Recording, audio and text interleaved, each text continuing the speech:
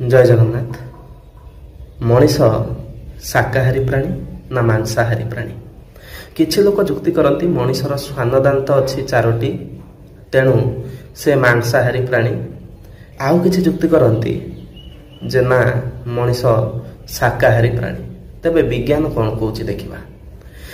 जेते सबु शाकाहारी प्राणी देखिबे, जदि आम गाईर देखा शाकाहारी प्राणी, गाई एक शाकाहारी प्राणी, तार जो क्षुद्रांतर बोली गोटे अंश अच्छी से क्षुद्रांतर लंब हूँ पाखापाखि 28 मीटर।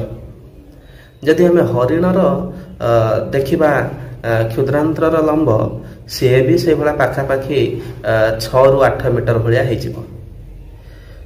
बाघर जदि आम देखा से मीटर न बहुत छोट, आ मनीषर 5 ରୁ 7 मीटर। तेणु जेते सब शाकाहारी प्राणी रहिले समस्तंकर क्षुद्रांतर लंब बहुत बहुत अच्छे।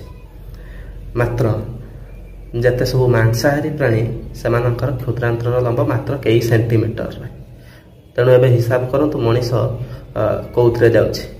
आउ गोटे कथा जो मैंने जुक्ति करती जे मनीषर स्वान दांत अच्छी तेणु से मांस खाइबा समर्थ एवं से मांसाशी प्राणी, से मु जणै देबाकु चाहूँगी जे मांकड़र मध्य स्वान दांत अच्छी, किंतु मांकड़ तो केबे कहीं मांस खाएनि, मांस खाइबार केबे देखि नाही। मांकड़ गोटे शाकाहारी प्राणी।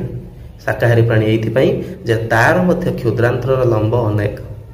तेणु मनीष खाऊची मांस सत, किंतु से जदि सबुदिन मांस खाइब, दिन में खाइब, रातिर खाइब, तापर दिन खाइब, कंटिन्यूअसली जदि मांस खाइब, निश्चित भाव में से रोग रे पड़िब।